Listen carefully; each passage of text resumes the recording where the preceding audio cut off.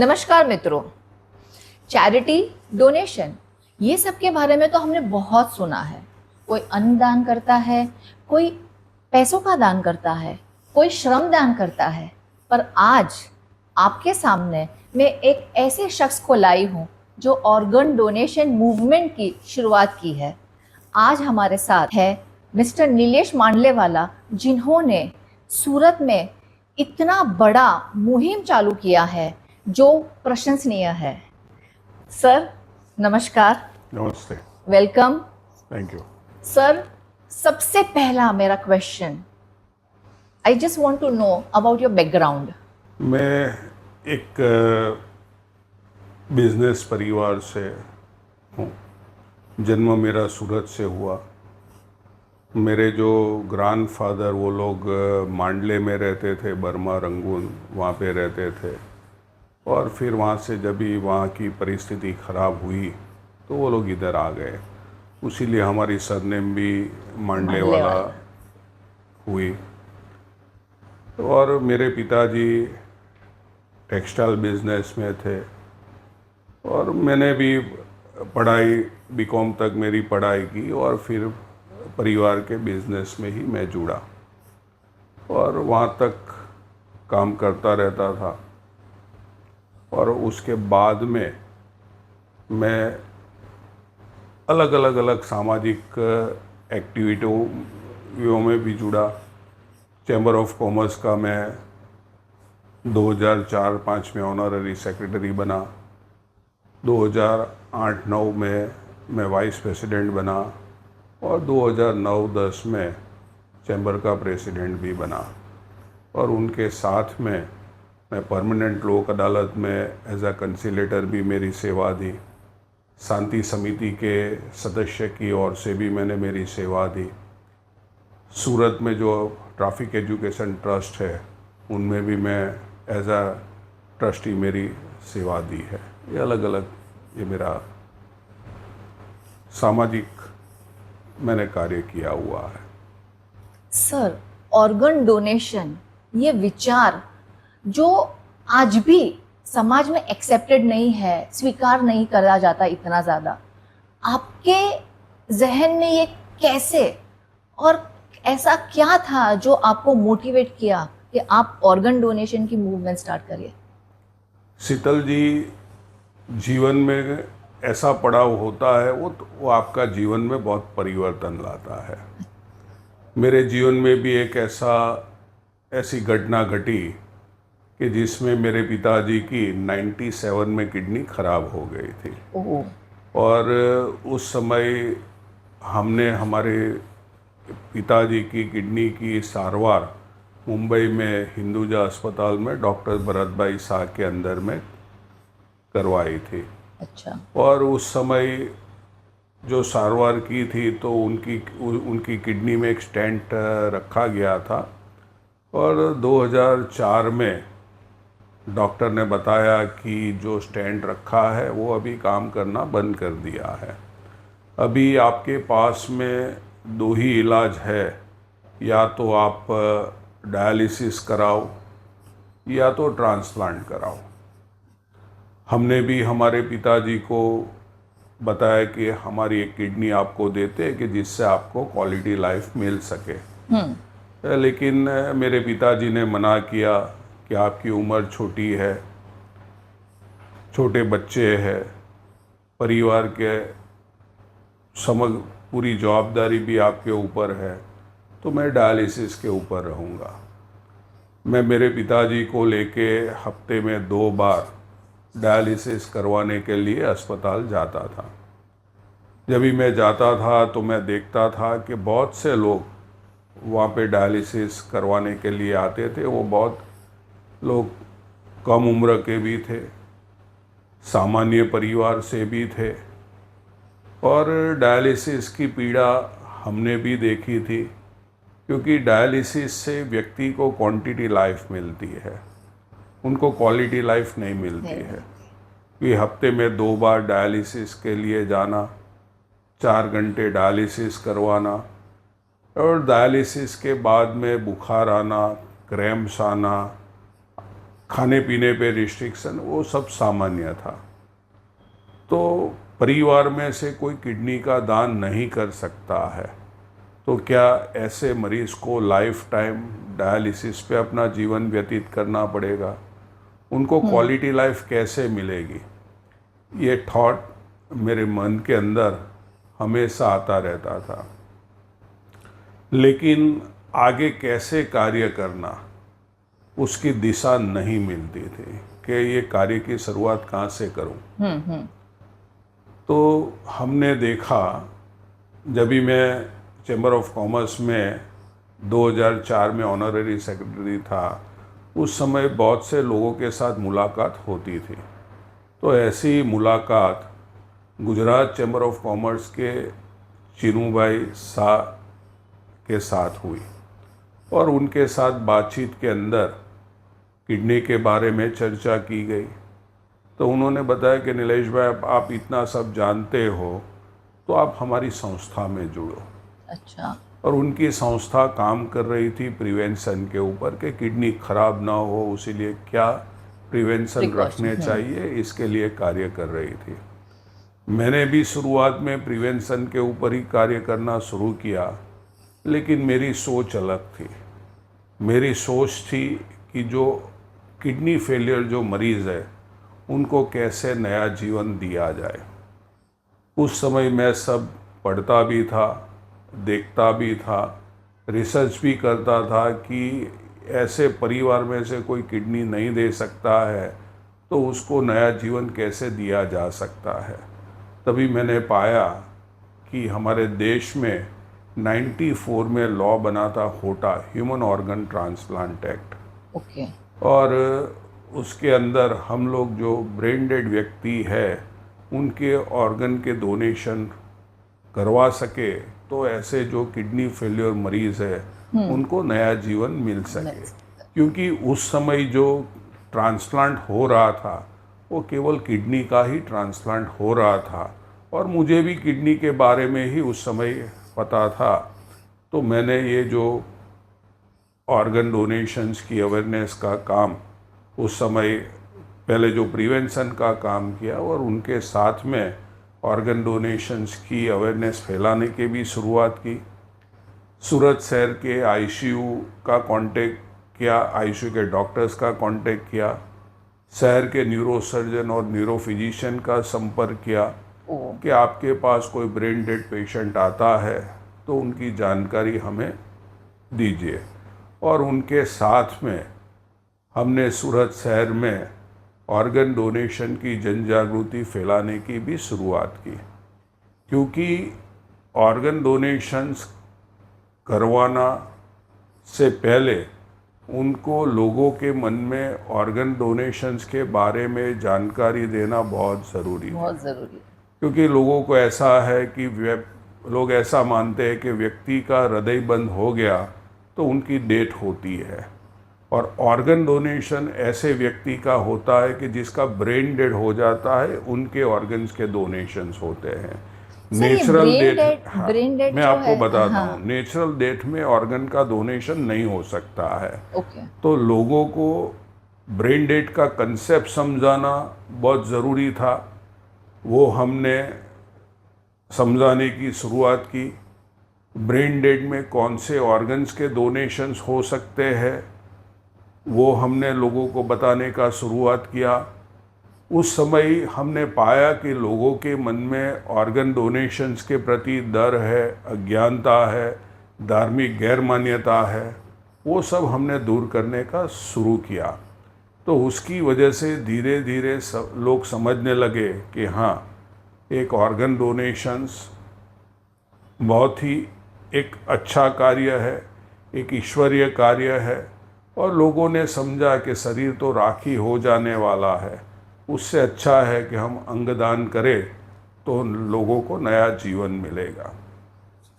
Sir, ये बहुत ही अच्छा प्लेटफॉर्म है जहाँ पे हम लोगों को ये इन्फॉर्मेशन दे सकते हैं कि ब्रेन डेड वाले क्यों डोनेट कर सकते हैं और नेचुरल डेथ वाले क्यों नहीं। इस पे आप थोड़ी और ज़्यादा लाइट इन्फॉर्मेशन दीजिएगा। जब भी नेचुरल डेथ होता है तो व्यक्ति का हृदय बंद हो जाता है, उनका ब्लड सर्कुलेशंस बंद हो जाता है। तो इसके अंदर ऑर्गन के डोनेशंस नहीं हो सकते, क्योंकि ये क्वेश्चंस का आंसर तो डॉक्टर्स दे सकते हैं मैम, लेकिन मैं देने की कोशिश करूंगा। जब भी नेचुरल डेथ होता है तभी हृदय उसका बंद हो जाता है। हृदय बंद हो जाता है तो हमारे शरीर के अलग अलग ऑर्गन्स है, उसमें ब्लड भी क्लॉट हो जाता है।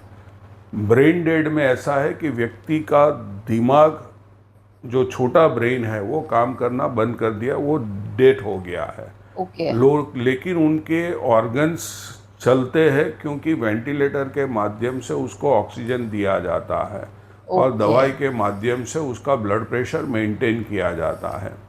जीने के लिए जरूरी क्या है? जीने के लिए जरूरी है सांस की जरूरत होती है। लेकिन जो ब्रेन डेड व्यक्ति है उनकी खुद की सांसें नहीं है। और उनको मैंने आपको बताया कि जो वेंटिलेटर के माध्यम से उसको ऑक्सीजन दिया जाता है और दवाई के माध्यम से उसका ब्लड प्रेशर मेंटेन किया जाता है। लेकिन ब्लड का सर्कुलेशन जो ऑक्सीजन के माध्यम से उसका हृदय धड़क रहा है, तो दवाई के जो उनका ब्लड सप्लाई चलता है तो उसके लिए ऑर्गन खराब नहीं होते हैं। समझ। तो उसीलिए ये ब्रेन डेड के अंदर ही ऑर्गन्स के डोनेशन हो सकते हैं, लेकिन फिर भी उसका जो जवाब है अच्छी तरह से डॉक्टर दे सकता है, मैं नहीं दे सकता हूँ। सर, जैसे आपने बताया कि आपके फादर की किडनी फेलियर हो गया था और आपको डोनेशन के लिए मना कर दिया था, और उसके बाद आपने ये मुहिम स्टार्ट किया और आपने उसके बाद बहुत ज़्यादा किडनी ट्रांसप्लांट पे रिसर्च भी किया, तो फिर तो आपके फादर को भी ये किडनी मिल गई होगी। आपके इतने प्रयत्न थे तो फिर उनका भी किडनी ट्रांसप्लांट हुआ होगा। शीतल जी, मेरे फादर ने मुझे शिक्षा दी थी स्व के लिए नहीं जीने का, अच्छा, सर्व के लिए जीने का। जब भी मैंने मेरे फादर की वजह से मैंने ये एक्टिविटी की, मूवमेंट की शुरुआत की 2005 में। मैं आपको बताऊंगा, मेरे फादर का 2004 से 2011 तक, सितंबर 2011 में मेरे फादर की डेथ हुई। वहाँ तक उनके 750 से ज़्यादा डायलिसिस हुए। हमने कभी भी हमारे फादर का नाम रजिस्टर्ड नहीं कराया कैडेवरी किडनी ट्रांसप्लांट के लिए। कि जब भी मेरे पिताजी का किडनी का डायलिसिस चल रहा था, तभी मैंने मेरे पिताजी को बताया कि आपको ऐसा नहीं लगना चाहिए कि आपका बेटा इतना काम कर रहा है, फिर भी वो आपका नाम रजिस्टर्ड नहीं करवा रहा है। तभी मेरे पिताजी ने जो बताया उसने मुझे एक नई ऊर्जा दी। अच्छा। मेरे पिताजी ने बताया कि आप जो कार्य कर रहे हो वो सही कार्य कर रहे हो।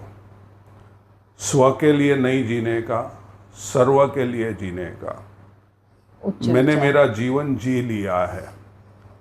आज जो तुम कार्य, ये ऑर्गन डोनेशंस का कार्य आप जो कर रहे हो, उसमें से एक किडनी मुझे मिले, उससे अच्छा है कि एक किडनी मेरे साथ जो भी यंग दर्दी है, दूसरे डायलिसिस करवा रहे हैं, उनको मिले, वो ज़्यादा ज़रूरी है।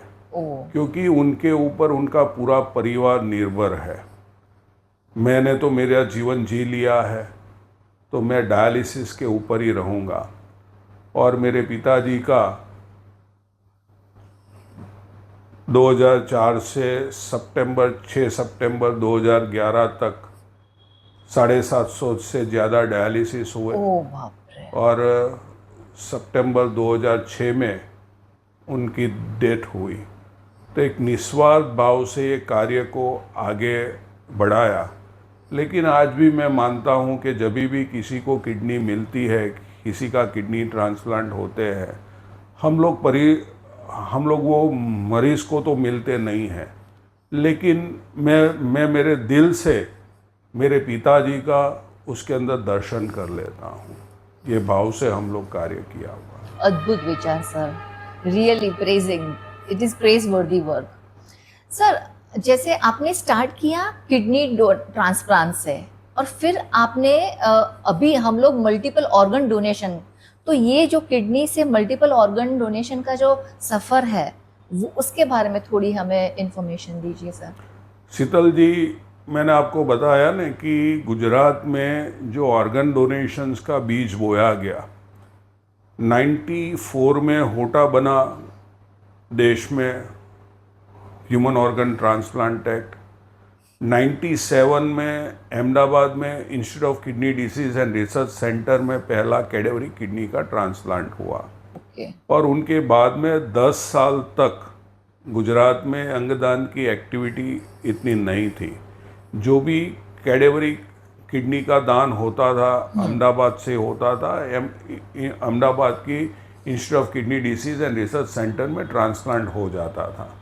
लेकिन जनवरी 2006 में हमने सूरत से जगदीश भाई शाह नाम के एक व्यक्ति थे, 57 वर्ष के व्यक्ति थे। ओके।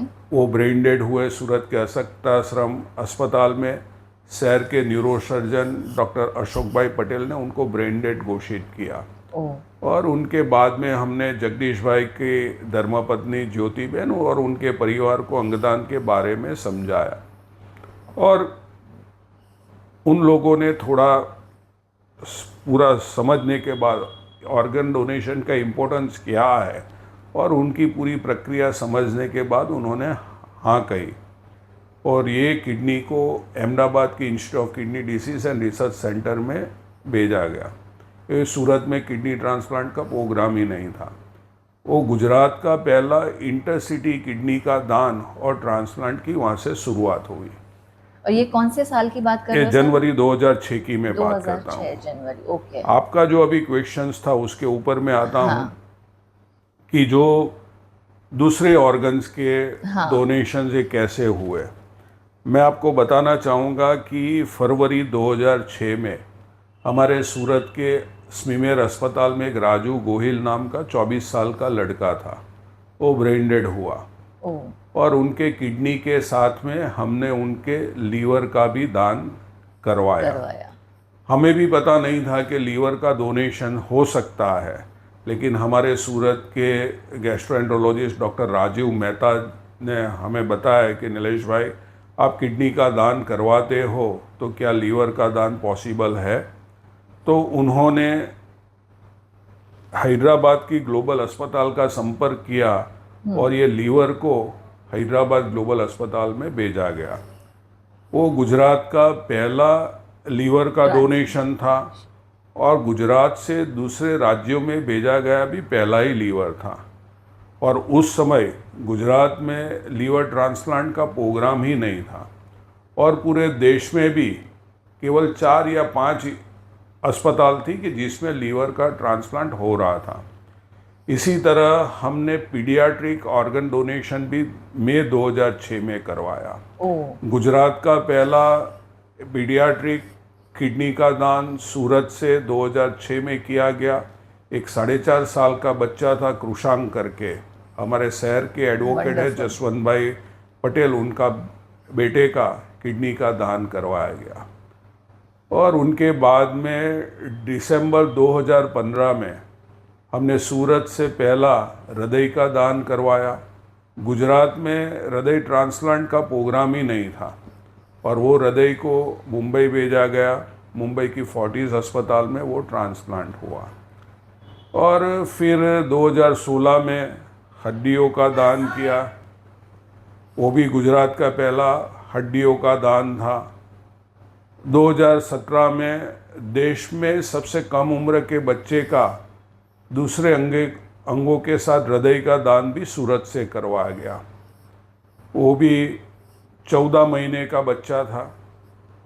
2019 में गुजरात में से पहला फेफड़े का दान सूरत से करवाया गया, और उस समय गुजरात में फेफड़े का ट्रांसप्लांट का फैसिलिटी नहीं था, तो और उनका जो ट्रांसप्लांट है वो ग्लोबल BGS ग्लोबल अस्पताल बेंगलोर में किया गया।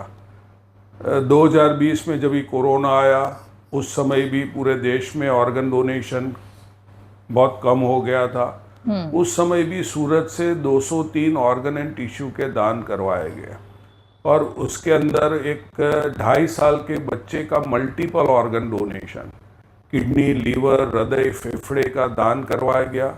वो भी देश में सबसे कम उम्र के मल्टीपल ऑर्गन डोनेशंस की वो पहली ही घटना थी। और हम लोग हमेशा आगे का सोचते हैं। हमने 2017 में सोचा था कि ये इंटरनल ऑर्गन्स तो हम लोग डोनेट करवाते हैं, लेकिन एक्सटर्नल जो हमारा हैंड्स है तो वो भी डोनेट करवाने चाहिए, क्योंकि हमारे देश में कितने ऐसे जवान हैं कि जो हमारी देश की सुरक्षा के लिए लड़ते लड़ते बॉम्ब ब्लास्ट में दोनों हाथ गंवा देते हैं। और हमारे देश में ऐसे कितने लोग हैं कि जिनके अकस्मात में जो इलेक्ट्रिकल करंट लगने की वजह से वो दोनों हाथ उनको काटने पड़ते हैं। तो ऐसे जो लोग हैं, ऐसे जो दिव्यांग लोग हैं, तो उनको क्वालिटी लाइफ कैसे मिलेगी? तो इसीलिए हमने हैंड्स ट्रांसप्लांट के लिए, हैंड्स डोनेशन करवाने के लिए भी विचार किया। 2017 में हम लोग डॉक्टरों के साथ जो देश में हैंड्स का ट्रांसप्लांट करते हैं उनके साथ हम लोगों ने विचार विमर्श शुरू किया, लेकिन हमको सफलता मिली अक्टूबर 2021 में, जब इस सूरत से एक धार्मिक काकड़िया नाम के 14 साल का जो बच्चा था, उनके दोनों हैंड्स का डोनेशंस करवाया और उनका ट्रांसप्लांट मुंबई की ग्लोबल अस्पताल में एक 31 साल के युवान में किया गया। उसका हाथ और पैर 2019 में कट गए थे, तो उसको आज नया जीवन मिला। रिसेंटली हमने सितंबर 2024 में एक 9 साल की बच्ची का दूसरे ऑर्गन्स के साथ हैंड्स के भी डोनेशंस करवाए। ये विश्व में सबसे कम उम्र की हैंड्स डोनेशन वाली वो पहली बच्ची है और उनका ट्रांसप्लांट मुंबई में ही ग्लोबल अस्पताल में एक 15 साल की बच्ची में किया गया। जो शोल्डर लेवल से जो आर्म का ट्रांसप्लांट हुआ वो भी विश्व की पहली घटना है। अच्छा, अभी आपको लगता होगा अभी हम लोग प्लानिंग में है फेस डोनेशन और फेस ट्रांसप्लांट के लिए। पिछले 1 साल से हम लोग इसके लिए भी वर्क कर रहे हैं। आज नया लगता है, आज लगता है कि क्या ये पॉसिबल है, लेकिन आने वाले 10-15 सालों में ये भी पॉसिबल होगा। तो हमारा मकसद एक ही है कि जो हमारे देश में जो हर साल लाखों लोगों की मौत समय से रंग न मिलने की वजह से हो रही है, उनको कैसे नया जीवन देके उनके परिवार में खुशहाली लाई जाए, उसके ऊपर ही हम लोग कार्य कर रहे हैं। सर, हमारे व्यूअर्स के लिए एक बारी आप इंटरनल और एक्सटर्नल ऑर्गन्स कौन कौन से डोनेट हो सकते हैं उसकी एक बारी लिस्ट अब दे दीजिए, तो इनको पता चले कि क्या क्या डोनेट हो भी सकता है। बहुत ही अच्छा क्वेश्चन, क्योंकि आज लोगों को पता नहीं है कि हमारे कौन से ऑर्गन्स और कौन से टिश्यू का दान, और वो भी पता नहीं है कि ऑर्गन्स क्या है और टिश्यू क्या है। मैं आपके माध्यम से लोगों को बताना चाहूँगा कि जब भी हमारी नेचुरल डेथ होती है तभी हम cornea, skin, bone, heart valves, blood vessels का डोनेशंस कर सकते हैं।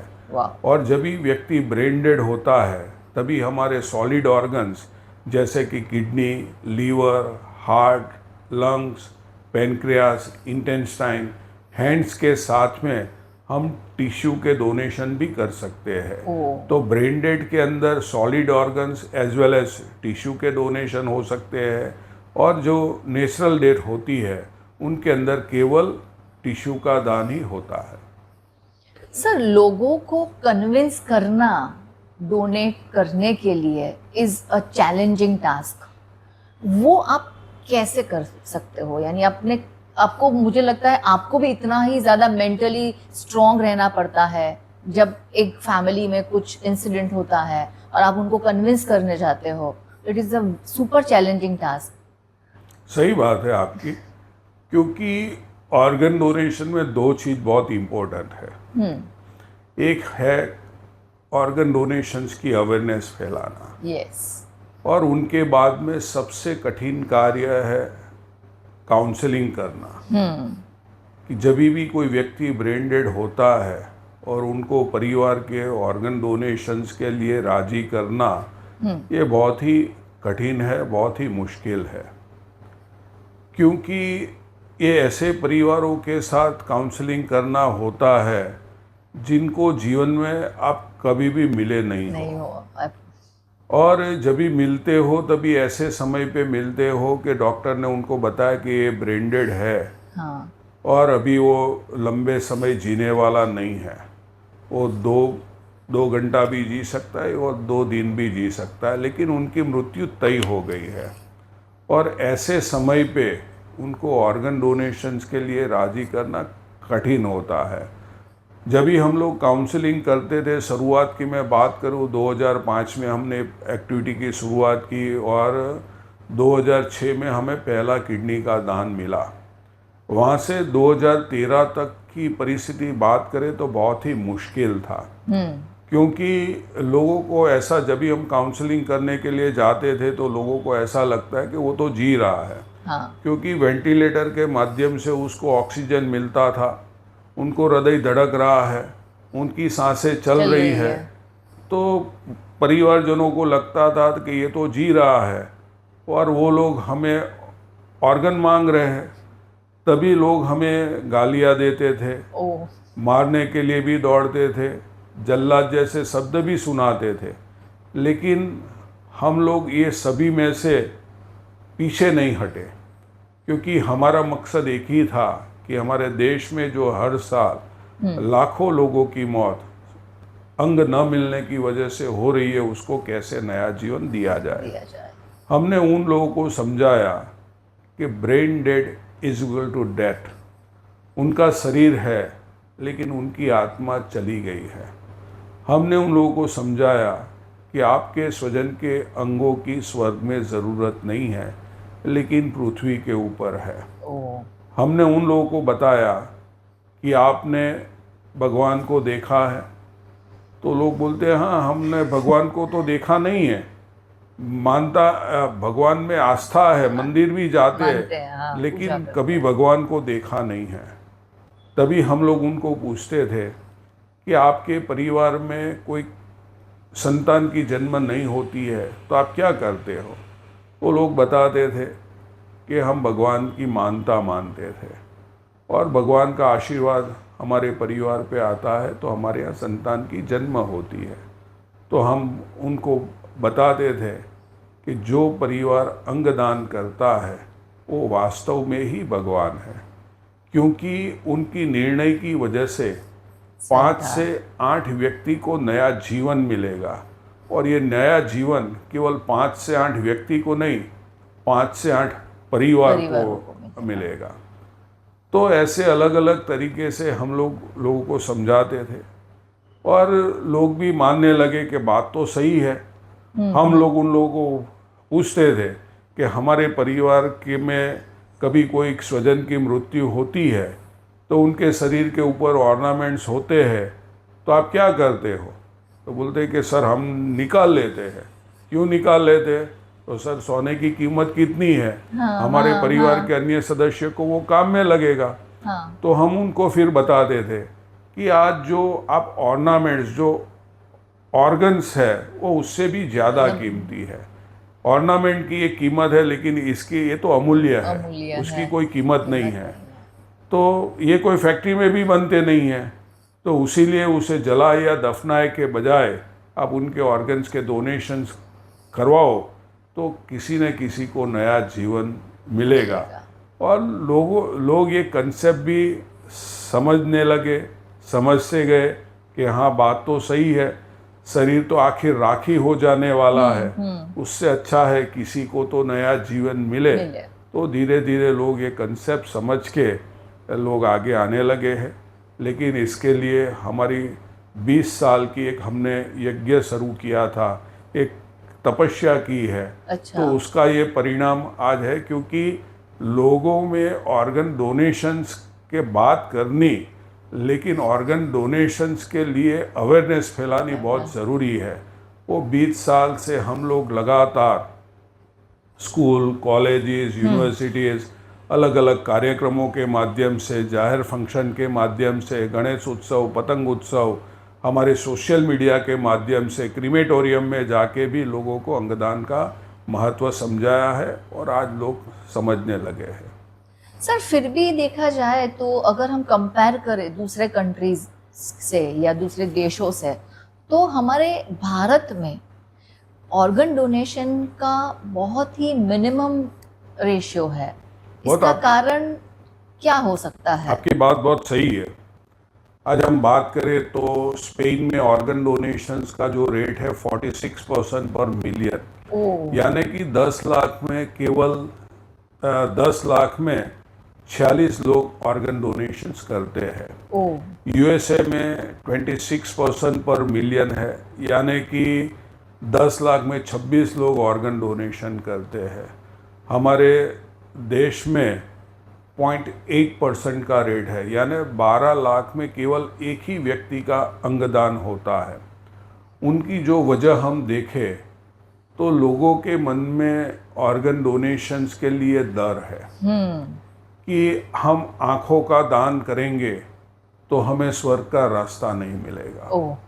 लेकिन हम जब भी लोगों को समझाते हैं, हमारे अवेयरनेस के प्रोग्राम के माध्यम से लोगों को बताते हैं कि आत्मा अजर और अमर है। जब भी व्यक्ति की मृत्यु होती है तभी आत्मा पहले चली जाती है, और जब भी हम उनका अंतिम संस्कार करते हैं वो तो सिर्फ एक खोखा ही होता है। फिर लोग ऐसा मानते हैं कि आज हम अंगदान करेंगे तो बॉडी खराब हो जाएगा, डिशेप हो जाएगा, जो भी हमारे धार्मिक क्रिया करनी होती है उनमें बाधा उत्पन्न होगी। हम लोगों को बताते हैं कि जैसे दूसरी सर्जरी होती है उनमें जैसे शरीर पे स्टिचेस लिए जाते हैं, ऐसे ही ऑर्गन डोनेशंस के अंदर भी ऑर्गन प्रोक्योर करके स्टिचेस लेके परिवार को मान सम्मान के साथ उनके पार्थिव देह को सुपुर्द किया जाता है। जो भी धार्मिक क्रिया करनी है उनमें कोई भी बाधा उत्पन्न नहीं होती है। दूसरा, लोगों के मन में एक भावना ऐसी है कि जो शरीर लेके आए हैं वही शरीर लेके जाएंगे तो ही मोक्ष मिलेगा। हम लगातार लोगों को हमारे सेमिनार के माध्यम से और काउंसलिंग के दरमियान भी लोगों को समझाते हैं कि हमारे देश में कितनी ऐसी माता या बहनों को गर्भाशय की तकलीफ़ होती है, उनका गर्भाशय निकाल दिया जाता है, तो क्या ऐसी माता या बहनों को मोक्ष नहीं मिलता है क्या?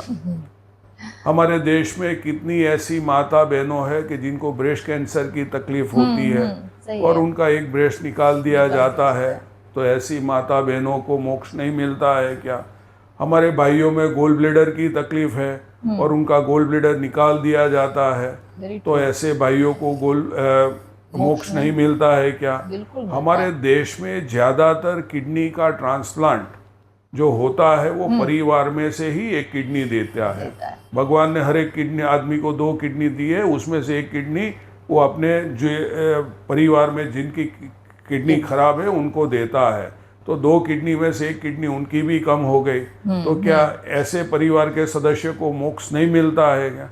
ये जो भ्रांतियाँ है जो सालों से चली आती है उसको हमने बदलने का काम किया है और लोग आज समझने भी लगे कि बात तो सही है।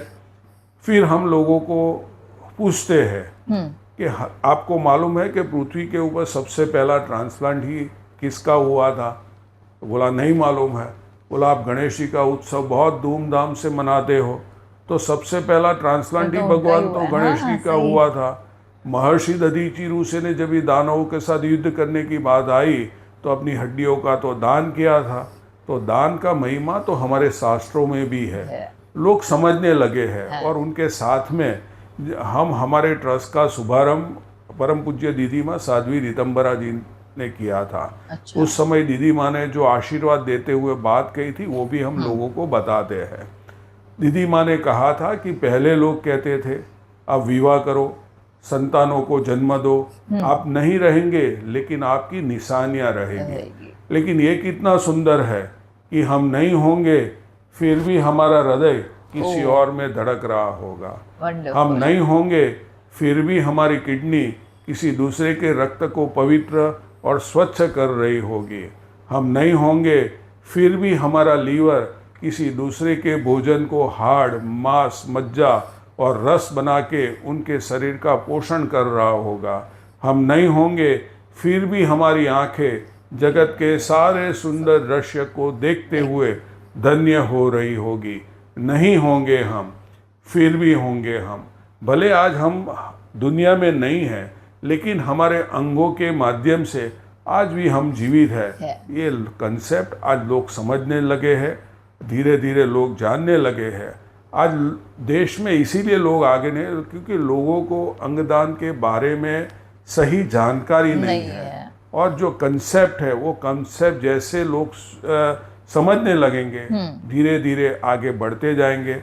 आज हमारे देश के प्रधानमंत्री श्री नरेंद्र भाई भी बार बार मन की बात के अंदर भी अंगदान का इम्पोर्टेंस देशवासियों को समझा रहे हैं। देश में पहले प्रधानमंत्री है कि जिन्होंने अंगदान के बारे में बात भी की है, और बार बार अंगदान के बारे में बात करके लोगों को अंगदान का महत्व भी आज वो भी समझा रहे हैं। सर, आप ये जो काउंसलिंग हम लोग फैमिली मेंबर्स को करते हैं, तो वहाँ से हम लोग स्टार्ट करते हैं कि मिथ्स को रिप्लेस करके फैक्ट्स के बारे में आप इंफॉर्मेशन देते हो। ऑर्गन डोनेशन बहुत ही चैलेंजिंग, बहुत ही टफ काम है ये। उसके लिए आपको और आपकी टीम को कितना मेंटली स्ट्रांग रहना पड़ता है, बिकॉज आपने जैसा कहा कि आपको कोई गाली निकालता है, कई बार बद्दुआ भी मिल जाती है, कई बार हम उसको एक्सेप्ट ही नहीं कर सकते हैं। हम करते हैं दूसरों का अच्छा, पर लोग नहीं समझते हैं। तो उसके लिए आप अपने आप को कैसे रेडी करते हो और आपने अपने आप को कैसे मेंटली स्ट्रांग किया है? ये बात आपकी बहुत सही है कि बहुत ही हमें मेंटली स्ट्रांग रहना पड़ता है, क्योंकि वहाँ का जो माहौल होता है ना शीतल जी, हम लोग भी रोते हैं। हाँ, ऐसा नहीं होता है। हाँ, सही है। हम लोग भी रोते हैं कि किसी का 14 महीने का बच्चा बेड पे लेटा हुआ है, छोटा सा बच्चा है, वेंटिलेटर के ऊपर है, परिवार में रुदन है, आक्रन है, जो बच्चे ने अभी दुनिया देखी भी नहीं है, शुरुआत भी नहीं किया है, और ऐसे बच्चे का ऑर्गन का डोनेशन कराना, परिवार में एक लौता बेटा होता है या बेटी होती है, उनके बच्चों का ऑर्गन डोनेशंस करवाना या किसी के परिवार के किसी के भी स्वजन के अंगों का दान करवाना बहुत ही मुश्किल होता है। हम लोग भी बहुत रोते हैं, लेकिन हमारी रुदन बाहर नहीं आती, वो हम लोग अंदर ही रखते हैं। लेकिन मैं मानता हूँ कि ये जो कार्य हम लोग कर रहे हैं, ये भगवान का आशीर्वाद है, भगवान द्वारकाधीश का आशीर्वाद है, उनकी कृपा है और उनकी प्रेरणा है। अच्छा। आज जो ऊर्जा भी जो देते हैं, क्योंकि ऑर्गन डोनेशंस के अंदर कभी कभी 1 दिन 2 दिन सोना भी नहीं मिलता है, 24 घंटा 48 घंटे तक लगातार वहाँ पे रहना पड़ता है, लेकिन कभी भी नींद नहीं आती है, थकान नहीं लगती है। और ये जो ऊर्जा है, ये भगवान द्वारकाधीश की कृपा और आशीर्वाद से ही होता है, और वही हमें ऊर्जा देता है, ऐसा मैं मानता हूँ, और वही शक्ति भी देता है हमें और हमारी पूरी टीम को भी। सर, आपने कहा कि हमारे प्रधानमंत्री जी ने भी आपकी बहुत सराहना की, आपके काम की करी है, तो उनके साथ के थोड़े बातचीत या उनके प्रेरणादायी शब्द अगर हमारे व्यूअर्स को आप कहे तो उनको भी मोटिवेशन मिलेगा। मैं आपको बताऊंगा कि जब भी हमने प्रवृत्ति की शुरुआत की, मैं मेरे फादर की वजह से ये कार्य में आया, लेकिन जिस समय नरेंद्र भाई गुजरात के मुख्यमंत्री थे, तभी हम लोग हमेशा हम लोगों जो ऑर्गन डोनेशंस के अंदर कार्य कर रहे हैं वो उनको बताते रहते थे, और उनका हमेशा हमें मार्गदर्शन भी उसका मिलता रहता था, और उनकी प्रेरणा भी हमेशा मिलती रहती थी। जब 2013 में हमारी 100 किडनी का हम लोगों ने डोनेशन करवाया, तो उस समय हमने माननीय मुख्यमंत्री जी को एक लेटर भी लिखा था नरेंद्र भाई को कि आज आपकी मार्गदर्शन प्रेरणा से 100 किडनी का डोनेशंस गुजरात में हो पाया है और उनके कारण से देश के अलग अलग राज्य के लोगों को उनका लाभ मिला है। उस समय उनके एक ब्लेसिंग्स का लेटर भी हमें आया था। और मैं 2013 की एक बात करूं तो 2013 में जब भी वो गुजरात के मुख्यमंत्री थे, मुझे डेट भी बराबर याद है, 3 अक्टूबर 2013 का वो दिन था। अच्छा। जब भी मैं जो एक ताहिरा करके लड़की थे, हाँ। अगस्त 2013 में सूरत से हमने एक मंजुलाबेन ढोला नाम की एक महिला थी, उनके किडनी का डोनेशंस करवाया था और उनका ट्रांसप्लांट एक जो ये ताहिरा जो अलीगढ़ मुस्लिम यूनिवर्सिटी में पीएचडी कर रही थी, ओ। उनको अहमदाबाद में उसका एक ट्रांसप्लांट हुआ और एक किडनी हमारे ट्रस्ट के अभी जो वाइस प्रेसिडेंट है संदीप कुमार जी, उनको मिले थे। ओ। तो ताहिरा ने मुझे बताया कि नीलेश भाई, आज मुझे गुजरात की वजह से नया जीवन मिला है, तो मैं आपके मुख्यमंत्री को मिलना चाहती हूँ और उनका धन्यवाद देना चाहती हूँ। ओ। तो मैंने जब भी नरेंद्र भाई के साथ में बातचीत की कि सर ऐसा एक यूपी की लड़की है, उनको नया जीवन मिला है और आपसे मिलना चाहती है, तो उन्होंने बोला आप उनको लेके आइए। तो मैं 3 अक्टूबर 2013 के दिन उनको मिलने के लिए ले गया था। संदीप कुमार जी भी साथ में थे और ताहिरा का परिवार भी साथ में था।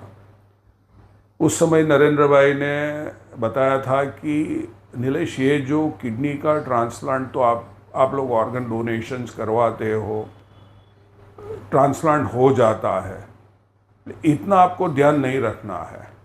उनके बाद में वो लोग रेगुलर फॉलोअप करवाते हैं, दवाई नियमित लेते हैं, उसका भी ध्यान रखना है।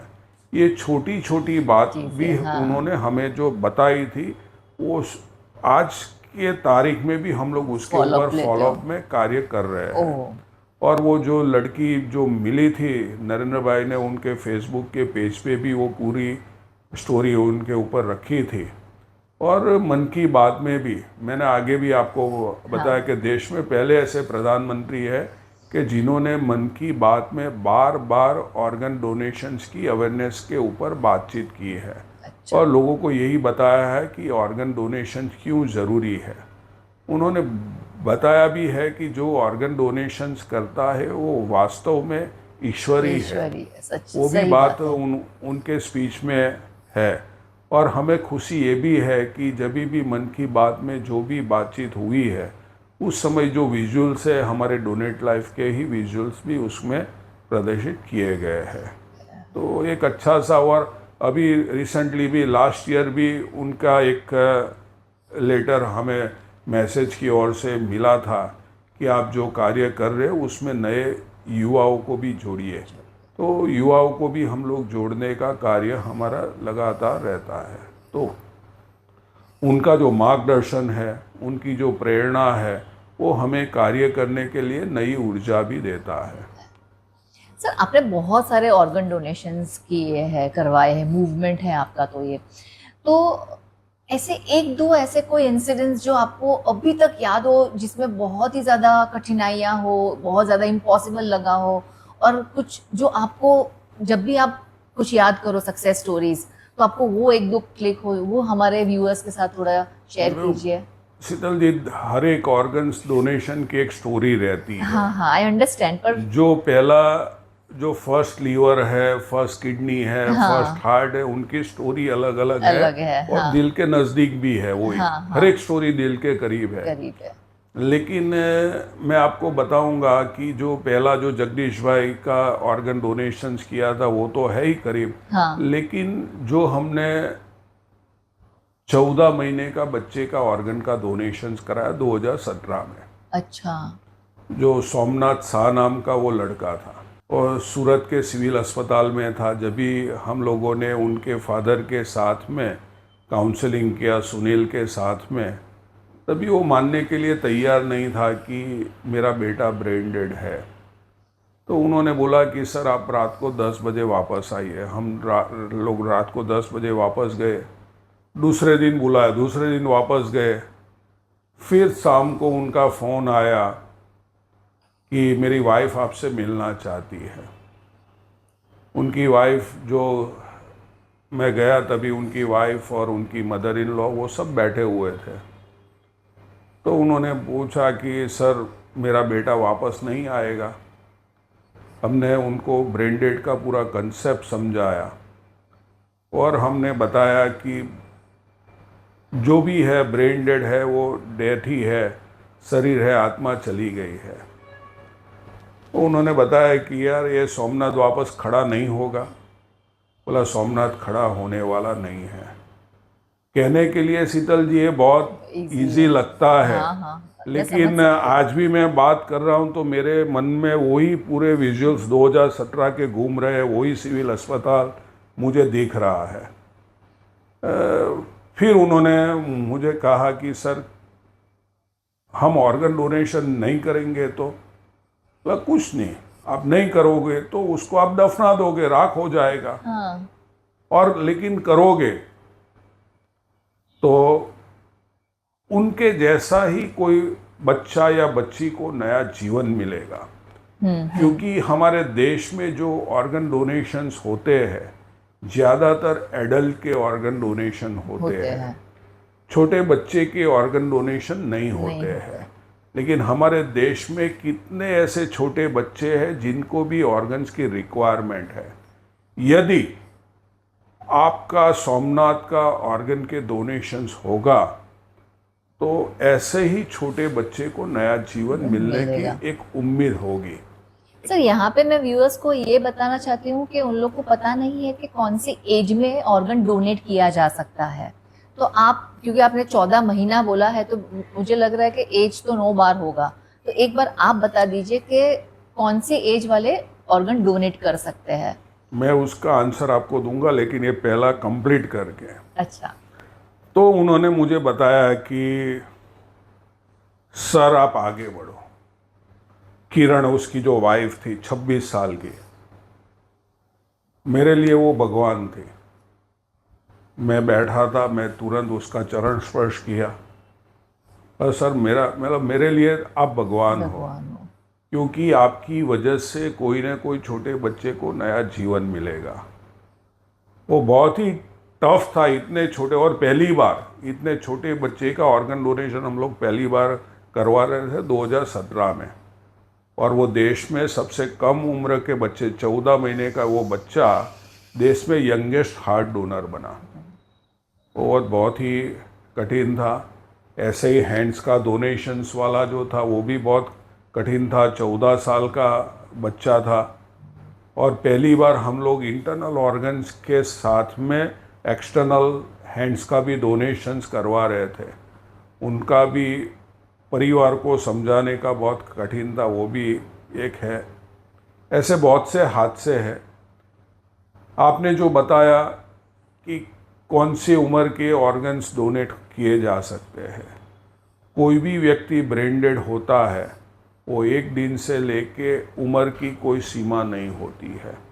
एक दिन का ब्रेन डेड बच्चे का भी ऑर्गन्स के डोनेशंस हो सकता है। और अभी तक हमने जो सूरत से ऑर्गन डोनेशंस करवाए हैं वो 86 इयर्स ओल्ड वहाँ तक के ऑर्गन डोनेशंस करवाए हैं। लेकिन उसके अंदर उनके क्वालिटी ऑर्गन्स देखे जाते हैं, उनके अलग अलग टेस्ट करवाए जाते हैं।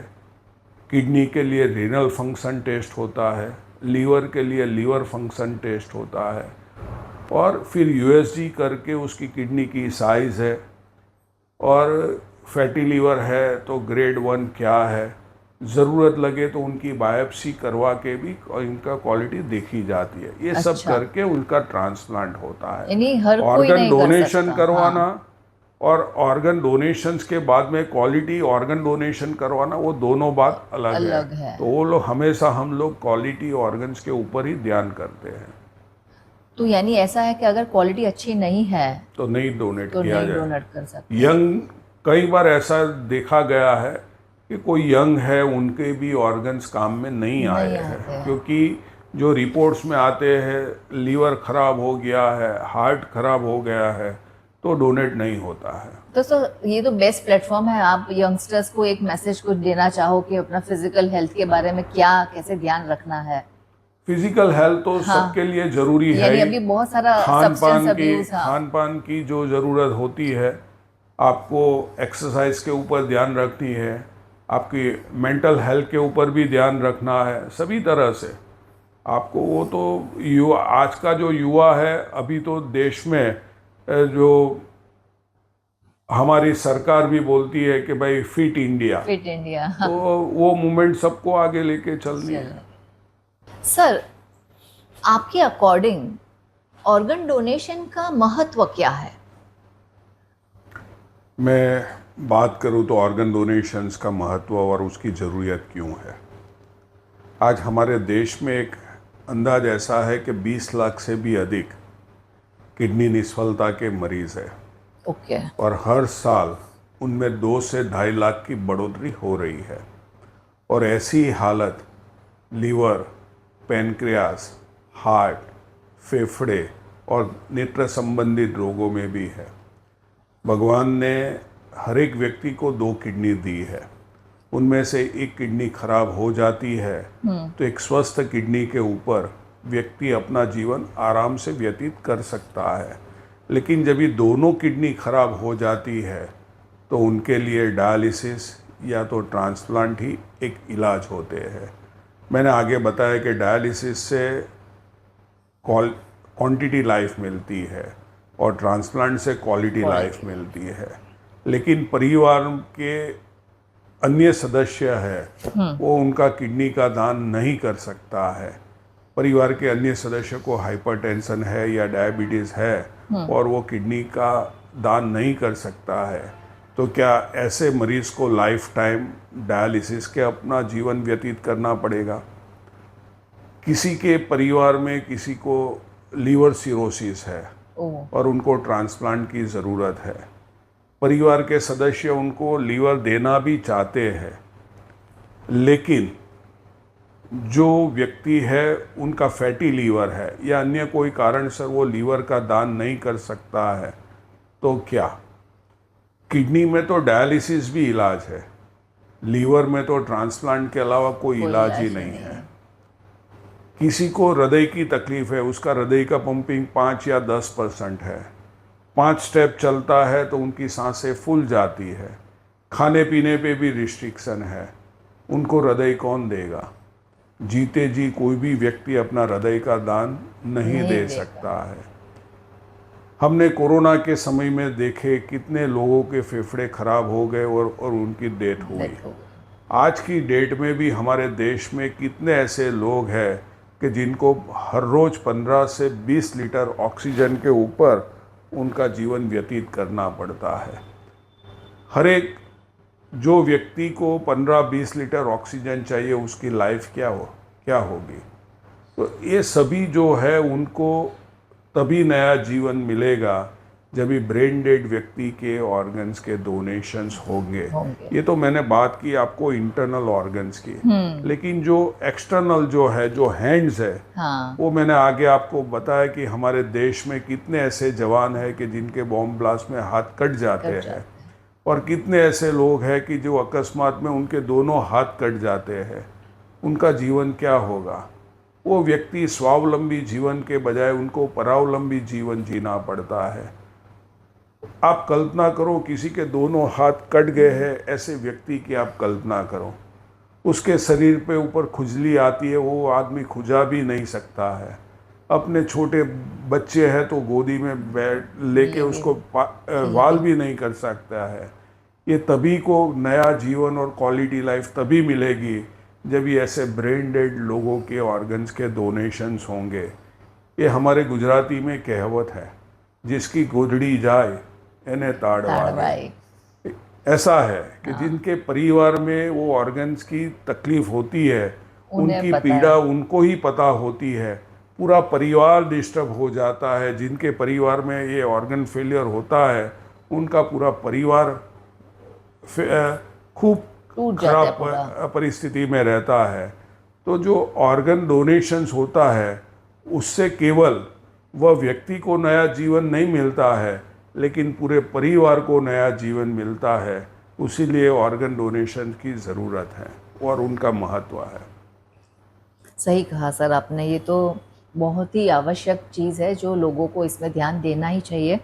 और मुझे लगता है कि जब से आपने ये मूवमेंट स्टार्ट किया है 2005 से और आज है 2024, तो आपको स्टार्ट किए हुए भी काफ़ी समय हो गया। तो ये 20 सालों की जर्नी में आपने कहीं पे भी कोई चेंज, परिवर्तन देखा?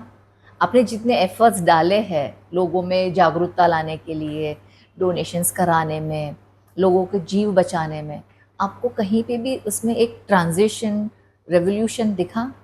ज़रूर देखा है। मैंने पहले आपको बताया कि 2005 में प्रवृत्ति की शुरुआत की और 2013 तक बहुत ही मुश्किल परिस्थिति थी। लोग हमें गालियां देते थे, मारने के लिए दौड़ते थे, जल्लाद भी बुलाते थे। आज परिस्थिति पूरी बदल गई है। आज लोग आशीर्वाद दे रहे हैं। दूसरा कि पहले हमें काउंसलिंग के लिए बहुत मेहनत करनी पड़ती थी। आज हम सूरत की बात करें तो लोग सामने से कॉल आता है कि हमें ऑर्गन डोनेशन करना है। अच्छा। तो ये बहुत बड़ा बदलाव आया है। पहले जाना पड़ता था, अभी सामने से कॉल करके बताते हैं कि हमें ऑर्गन डोनेशन करना है। ज़्यादातर तो हमें नेचुरल डेथ में भी कॉल आते हैं कि हमारे स्वजन की डेथ हुई है और हमें अंगदान करना है। इवन देह दान के लिए भी कॉल आने शुरू किए हैं कि हमें देह दान करना है। तो ये बहुत बड़ा बदलाव है और ये बदलाव जो आया है वो 20 साल की जो हमारी तपस्या है, जो यज्ञ है, उसकी वजह से ये बदलाव आया हुआ है। और उसके साथ में नए नए लोग भी जुड़ रहे हैं, नई नई संस्था भी काम करने के लिए आगे आ रही है। तो लोग को भी ये समझा है कि नहीं, ये इससे बड़ा कोई कार्य नहीं है, तो उसकी वजह से ये सब हो रहा है। Hats off to the hard work sir. Sir ऐसा है कि भाई प्रेसिडेंट श्री रामनाथ कोविंद जी है, मोहन भगवत जी है, परम प्रमुख स्वामी महाराज जी है, वो सभी के साथ आपका भेंट हुआ है, आपका वार्तालाप हुआ है। तो आपकी ये जर्नी में उन्होंने कितना आपको प्रोत्साहित किया है? मैं आपको परम पूज्य प्रमुख स्वामी महाराज की बात करूंगा।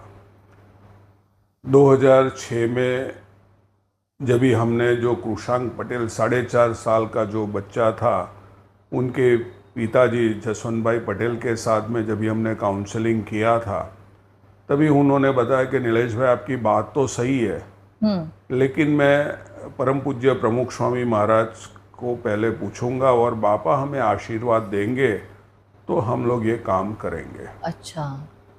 तो उन्होंने परम पूज्य प्रमुख स्वामी महाराज को कॉल किया, बातचीत की और उन्होंने आशीर्वाद दिया कि हाँ ये करना चाहिए और समाज के हर एक वर्ग के लोगों को आगे आना चाहिए।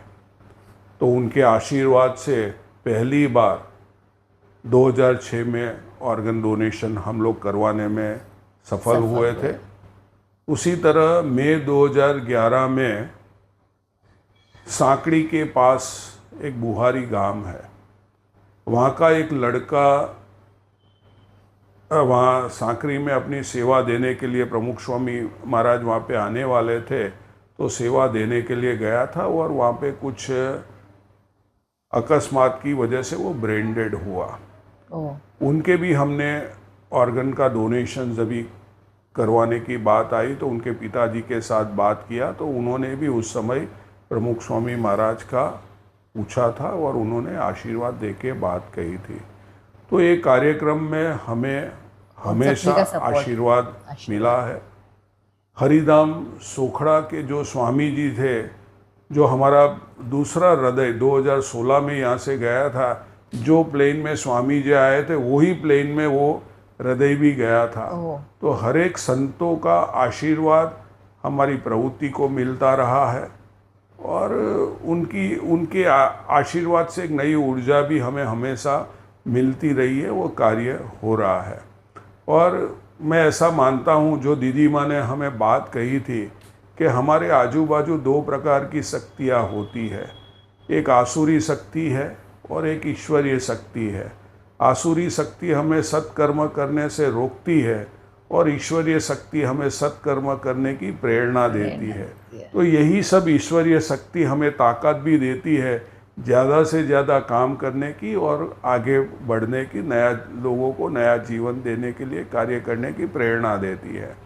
जो आपने बात कही राष्ट्रपति जी की, 2018 में हमने माननीय उस समय के राष्ट्रपति रामनाथ कोविंद जी को आमंत्रित किया था ऑर्गन डोनर परिवार का सम्मान के लिए।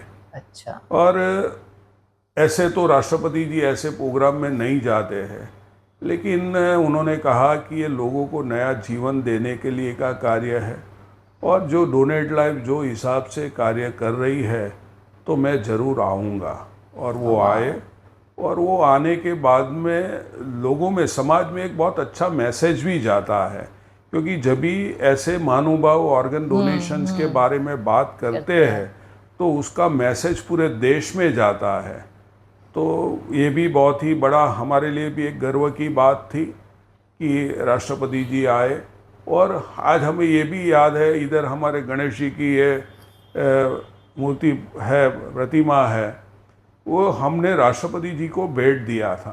तो राष्ट्रपति जी ने भेंट को स्वीकार किया और उन्होंने बोला कि मैं ये भेंट वापस आपको देना चाहता हूँ। आप आपकी ऑफिस में योग्य जगह पे उनको रख के लोगों को और प्रेरित करते रहिए। तो आज वो ये भी हमारी एक बहुत बड़ी खुशी की बात है कि राष्ट्रपति जी ने हमारी संस्था को ये भेंट भी दिया। और परम पूज्य डॉक्टर मोहन जी भागवत के साथ भी हम लोग सालों से अंगदान के बारे में उनके साथ में भी चर्चा करते रहते हैं, क्योंकि आज संघ जो कार्य कर रहा है पूरे देश में, तो ये प्रवृत्ति में भी उनका साथ सहकार हमेशा मिलता रहता है, उनका मार्गदर्शन भी मिलता रहता है। तो हमने परम पूज्य मोहन जी भागवत जी को बताया था कि आप हमारे डोनर परिवार का सम्मान का कार्यक्रम है, उसमें आप एक बार ज़रूर पधारिए। उन्होंने आमंत्रण का स्वीकार किया और सितंबर 2023 में वो भी इधर आए थे। 3 घंटे का समय दिया था। आज ऐसे महानुभाव इतना बड़ा समय देना बहुत बड़ी बात होती है, लेकिन उनसे डोनर परिवार को एक सम्मान मिलता है। आज डोनर ने जो किया है, डोनर परिवार ने अपने ब्रेन डेड स्वजन के अंगों का दान करवा के दूसरे लोगों को नया जीवन देने का जो कार्य किया है, उनको हम जितना भी सम्मान दे सके इतना कम है। तो ऐसे महानुभावों के हाथों उनका सम्मान करके हम उनको भी सम्मानित करते हैं और दूसरों को प्रेरणा भी देते हैं, और समाज में अंगदान का विषय आगे ले जाने के लिए भी एक बहुत बड़ा मोटिवेशन लोगों को मिलता है कि नहीं, एक बहुत बड़ा अच्छा कार्य है। सर, जब मुझे आपको मिलना था उसके पहले जब मैं स्टडी कर रही थी आपकी प्रोफाइल, आपकी जर्नी, तो मैंने उसमें डॉक्यूमेंट्स में एक ऐसा वर्ड पढ़ा, ग्रीन कॉरिडोर। तो ये ग्रीन कॉरिडोर क्या है और उसका इम्पोर्टेंस, रोल क्या है ये डोनेशन में? शीतल जी, ग्रीन कॉरिडोर के बारे में मैं आपको बताऊं तो हार्ट का ट्रांसप्लांट वो रेस अगेंस्ट टाइम है। अच्छा। और हार्ट का ट्रांसप्लांट 4 घंटे में कंप्लीट कर देना होता है। ओके। और वो समय शुरू होता है जो ब्रेन डेड मरीज है, हाँ, उनको ऑपरेशन थिएटर में शिफ्ट करते हैं, उनका चेस्ट ओपन करके उनका हार्ट सप्लाई बंद करते हैं, वहाँ से वो समय शुरू होता है। वहाँ से हार्ट को प्रोक्योर करके ग्रीन कॉरिडोर के माध्यम से, डोनर अस्पताल से ग्रीन कॉरिडोर के माध्यम से एयरपोर्ट से चार्टर फ्लाइट या तो कॉमर्शियल फ्लाइट के माध्यम से देश के कोई भी कोने में पहुंचना, वहां से वापस एयरपोर्ट से जो रिसिपिएंट अस्पताल है, वो रिसिपिएंट अस्पताल में पहुंच के जो रिसिपिएंट है उनमें हार्ट ट्रांसप्लांट करके हार्ट का ब्लड सप्लाई शुरू करना, ये समय केवल 4 घंटे का होता है। तो एक एक मिनट बहुत ही इम्पोर्टेंस होती है। तो उसीलिए ये ग्रीन कॉरिडोर प्रोवाइड किया जाता है।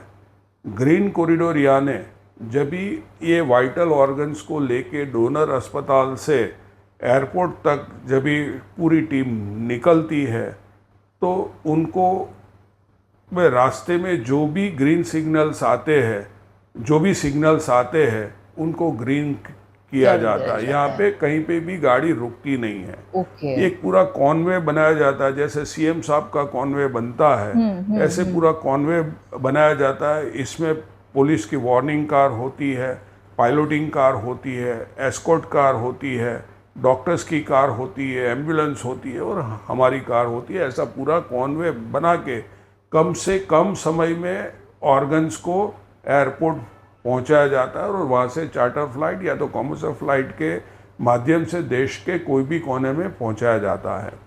मैं आपको बताना चाहूँगा कि हमारी सूरत जो पुलिस है वो देश में पहली बार ब्लैक एंड वाइट में ग्रीन कॉरिडोर की एसओपी जो बनाई है वो सूरत सिटी पुलिस ने बनाई है। ओ। गुजरात का पहला ग्रीन कॉरिडोर भी सूरत सिटी पुलिस ने दिसंबर 2015 में बनाया था। ओके। और अभी तक सूरत सिटी पुलिस ने 125 ग्रीन कॉरिडोर बना के हृदय, lungs, hands, kidney, liver, intestine जैसे वाइटल ऑर्गन्स देश के अलग अलग कोने में पहुंचाया है। सर, आप व्यूअर्स को बताना चाहोगे कि हमारे यहाँ के ऑर्गन्स देश के कौन से कोने तक गए हैं, यानी कौन से स्टेट्स में गए हैं, सिटीज में, कई बार रूरल एरियाज में भी गए होंगे। मैं आपको कहाँ गए हैं उससे पहले मैं आपको एक बताऊंगा कि पूरी प्रोसीजर ऑर्गन एलोकेशन की कैसे चलता है। हमारे देश में NOTTO, national organ and tissue transplant organisation, जो ऑर्गन एलोकेशन का और अवेयरनेस का कार्य करती है। नोटो ने पूरे देश में 5 रीजन बनाया है जिसमें अलग अलग स्टेट को बाइफरकेट कर दिया है। ओके। हमारा गुजरात आता है रोटो मुंबई के अंदर, वो उसको रोटो वेस्ट भी बोला जाता है। ओके। रोटो मुंबई में 5 स्टेट आते हैं, गुजरात, महाराष्ट्र, गोवा, मध्य प्रदेश और छत्तीसगढ़। और उनके बाद में आता है सोटो, यानी state organ and tissue transplant organisation. Okay. आज गुजरात में कहीं से भी कोई भी ऑर्गन्स का डोनेशंस होता है तो पहली उनकी जानकारी सोटो को दी जाती है। अच्छा। और सोटो उनके वेटिंग लिस्ट में जो होती है, जो अस्पताल होती है, हाँ। उनको वो अलॉट करते हैं और वहाँ से वो उनका फिर एलोकेशन से फिर ट्रांसप्लांट होता है। ओके। तो जो भी ऑर्गन्स हम लोग देते हैं तो पहले सोटो में देते हैं। जो ऑर्गन्स की रिक्वायरमेंट गुजरात में नहीं है वो ऑर्गन्स रोटो में जाता है। जो ऑर्गन्स की रिक्वायरमेंट गुजरात रोटो में नहीं है तो नेशनल में जाता है। यदि नेशनल में भी किसी को रिक्वायरमेंट नहीं है तो फिर फॉरेन नेशनल्स को भी अलॉट किया जाता है। वो उसका नाम वो लोग हमारे देश में ही सारवार करवा रहे हैं और उनका नाम भी नोटो के अंदर रजिस्टर्ड है। आज सूरत से जो भी ऑर्गन्स के डोनेशंस किए गए हैं देश के अलग अलग शहरों में, अलग अलग राज्यों में वो ट्रांसप्लांट किए गए हैं। खास करके हृदय है, फेफड़े है, हैंड्स है, इंटेस्टाइन है, वो देश के अलग अलग शहरों में ट्रांसप्लांट किए गए हैं जिसमें मुंबई है, दिल्ली है, चेन्नई है, हैदराबाद है, इंदौर है, हर एक जगह पे, बेंगलोर है, हर एक शहरों में ट्रांसप्लांट किए गए हैं। और जहाँ तक हमारे यहाँ सोटो नहीं बना था, सोटो हमारे यहाँ गुजरात में मार्च 2019 में बना, तो उसके पहले जो भी किडनी और लीवर का ट्रांसप्लांट किया था वो देश के अलग अलग राज्य के लोगों को उसका लाभ मिला था।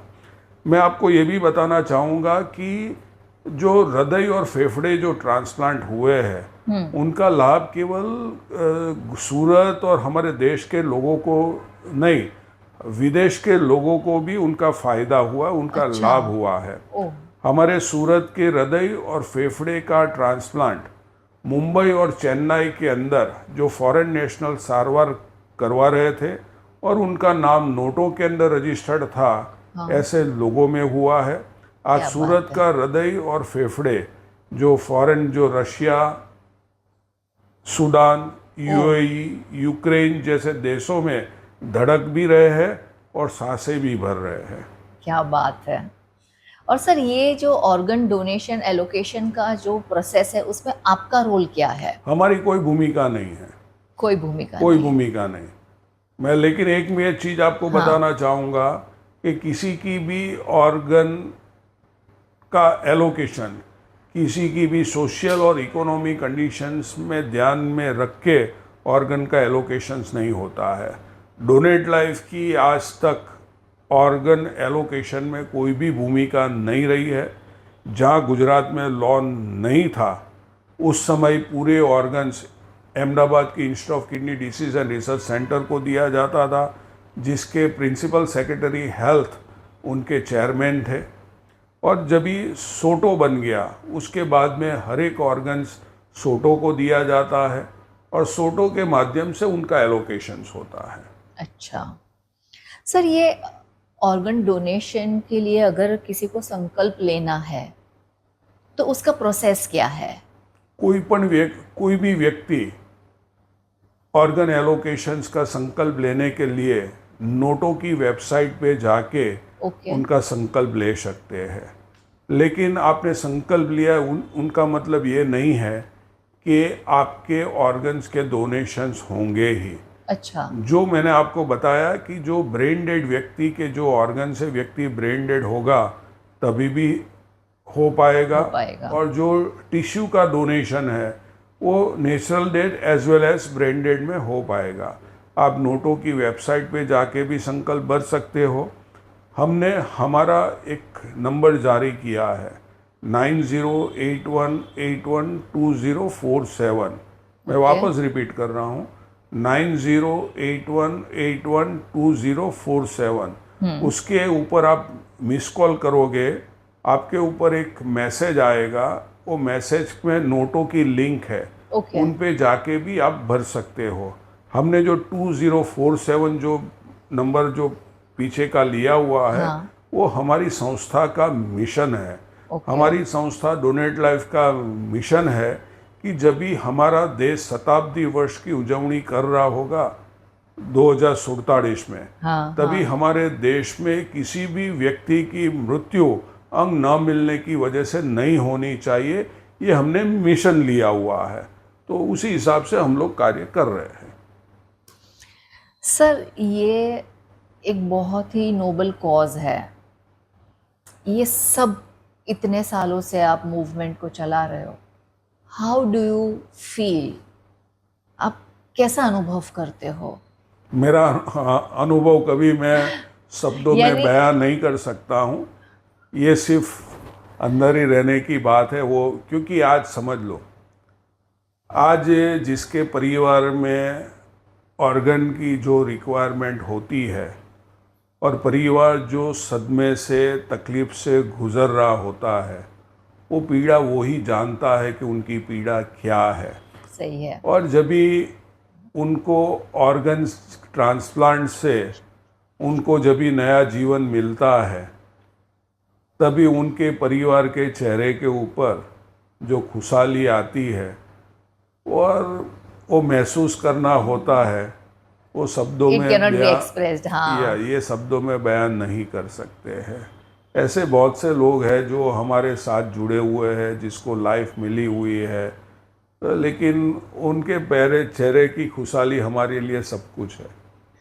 सर, बहुत सारों को खुशी मिलती है जब वो किसी की सेवा करते हैं, किसी के लिए कुछ करते हैं। जैसे कि चैरिटी में हमने स्टार्टिंग में भी बात करी, किसी को बुक्स दे दिया, किसी को पढ़ा लिया। पर ये किसी को जीवन देना और जीवन समाप्त होने पर जो एक नई उम्मीद आप जो जगाते हो लोगों में, वो प्रेरणादायी है सर। आप सर तो इतने सौभाग्यशाली हो कि आपको तो आपके डीड्स के कारण, आपके कर्मों के कारण आपको प्रधानमंत्री जी, हमारे प्रेसिडेंट सर, बहुत सारे महानुभावों के साथ मुलाकात हुई है। पर आज तो मैं अपने आप को बहुत ज़्यादा सौभाग्यशाली मानूंगी कि मैं आपको मिल पाई, आपके विचारों को जान पाई, मैं आपके अंदर जो एक नोबल कॉज है उसको लोगों के सामने ला पाई। मेरी आशा है कि ये हमारी जो चर्चा है, हमारा जो ये शेयरिंग है, वो लोगों तक पहुँचे। लोगों में से थोड़े भी, अगर 2-5 भी अगर प्रेरित होते हैं और अपने जीवन में कुछ नया करना चाहते हैं, तो हमारा ये मिशन सक्सेसफुल कहा जाएगा। Thank you so much sir, आपने बहुत ज़्यादा अच्छे से हमें समय दिया और लोगों को समझाया भी है। और इस नोट पे आप कुछ कहना चाहोगे सर? शीतल जी, मैं पहले तो आपका तहे दिल से धन्यवाद करता हूँ कि आज जो ये कॉज के बारे में आपने ये पॉडकास्ट किया, तो मैं ऐसा मानता हूँ कि ऐसे ही प्रोग्रामों से लोगों में अवेयरनेस फैलती है। क्योंकि हम लोग जो अवेयरनेस फैलाते रहते हैं, लेकिन ऐसे आप लोगों के जैसे माध्यम से भी, पॉडकास्ट के माध्यम से अवेयरनेस जाती है, तो लोग ऑर्गन डोनेशन का इम्पोर्टेंस समझते हैं। मैं आपके माध्यम से लोगों को इतना ही कहूँगा कि जब भी कोई व्यक्ति ब्रेन डेड होता है या उनकी जानकारी आपको मिलती है, तभी उनके ऑर्गन्स के डोनेशंस करवा के हमारे देश में जो हर साल लाखों लोगों की मौत समयसर अंग न मिलने की वजह से हो रही है, उनको नया जीवन देने के लिए आगे आए। और ये जो नया जीवन मिलता है, वह केवल वो व्यक्ति को नहीं मिलता है, लेकिन उनके पूरे परिवार को मिलता है। सही। आप अंगदान, जीवनदान का संदेश आप भी समाज में फैला के ये कॉज में जुड़िए। अंत में इतना ही कहूँगा कि सांसें निकलते ही यह शरीर नश्वर बन जाएगा, सांसें निकलते ही यह शरीर नश्वर बन जाएगा। अंगदान कर ले रे मानव, तू ईश्वर बन जाएगा। ओहो, वाओ, जन्म महान वेल कर, सेड। कर्म महान कर, धर्म महान कर, अंगदान कर, अंगदान कर, अंगदान कर। अंगदान जीवनदान का संदेश आप सभी फैलाइए। Sure sir. और आपका तहे दिल से धन्यवाद। Thank you so much sir.